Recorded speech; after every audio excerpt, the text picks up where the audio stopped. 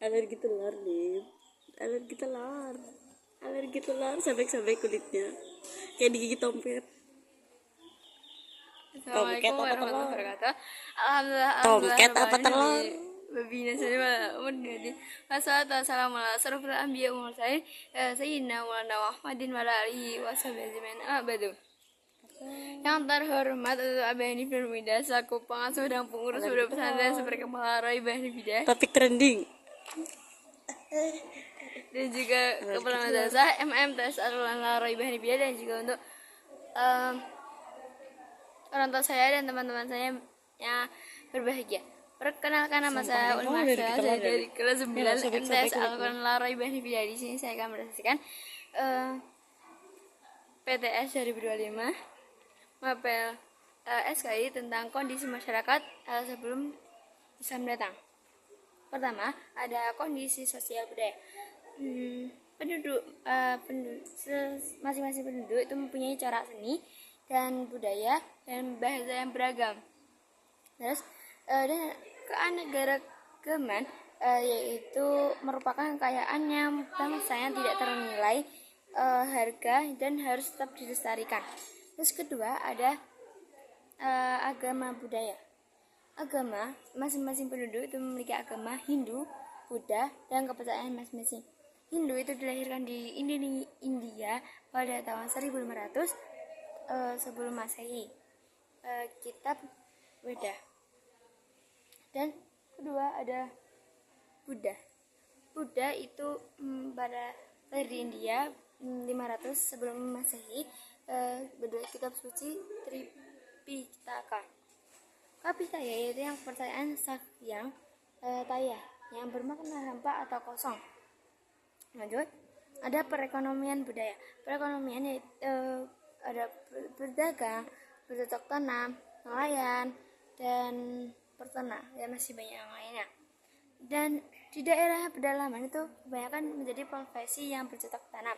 Kalau di daerah kawasan yang pesisir yaitu rata-rata itu menjadi profesi nelayan.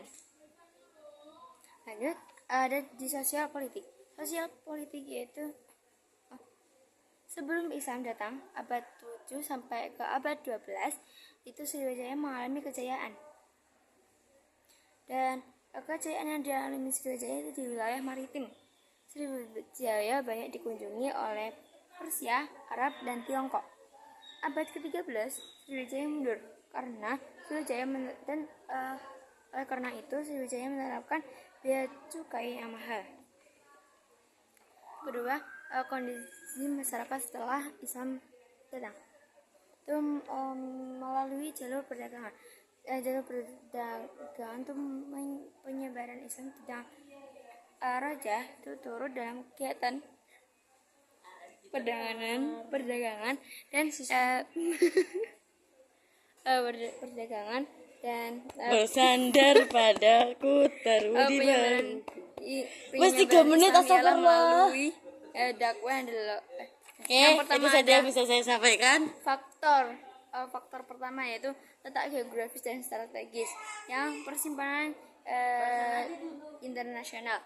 Dan kedua ada faktor itu Indonesia ramah tamahan yang dakwah Al-Quran membalik.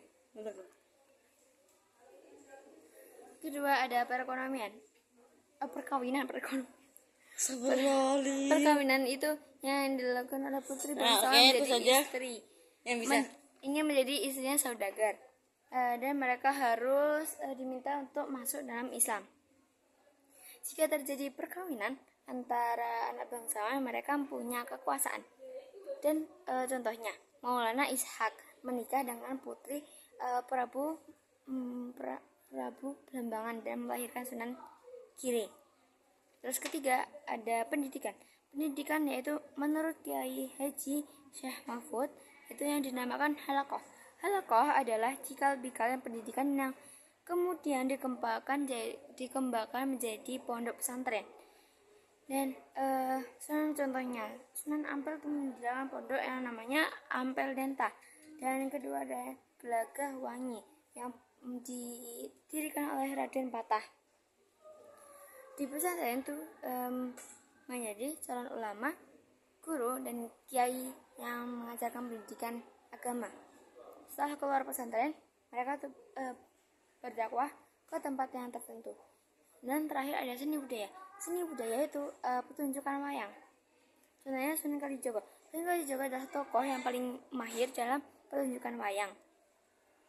Dan beliau tidak pernah meminta upah dan tidak melainkan mengajak untuk menonton. Dan disisipkan cerita nama-nama dan pahlawan, judulnya Wahyu Torjali dan Wahyu Purbaningrat. Oke, cukup sekian presentasi saya. Apabila ada salah kata mohon maaf. Wabillahi taufiq wal hidayah. Wassalamualaikum warahmatullahi wabarakatuh.